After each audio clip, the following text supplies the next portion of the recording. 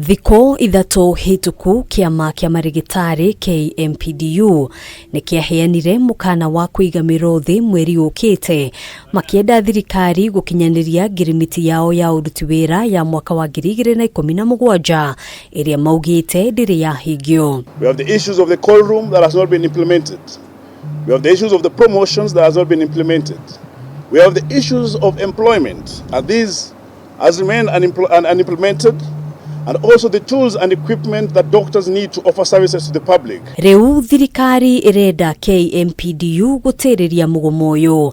Minister wa ugima wa mweri Susan Nahumicha akiuga miario ni irathii nambere niguo kumurika mateta maya. My office has already initiated conversations around the issues raised by them, and I'm persuaded that we will find a common ground as patriots serving one nation.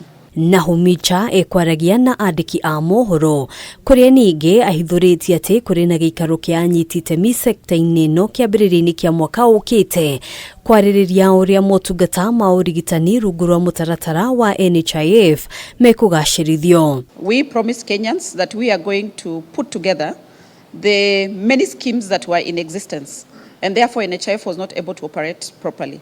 So we have already prepared a cabinet memo for discussion within the early next year that consolidates all the schemes so that then NHIF is able to operate efficiently. Theine wa thiko igana rimwe cia wathani wa thirikari ya Ruto, Nahumicha augite thirikari ni koretwe kiarira mifango ya kugacirithia ugima wa Akenya othe. Ona kuhanora uguo, imwe ya mihinga iria iyumiritie hari gukinyaniria kioneki giki ni gwikururia kwa thirikari cia county hari kuriha mathire mao kuri ruhonge rwa dawa rwa KEMSA. You know, it's a continuous supply chain that when we receive funds from the counties, we are able to pay our suppliers and therefore able to stock products that we eventually release to them. But when they fail to make payments, it means we are not able to pay the vendors.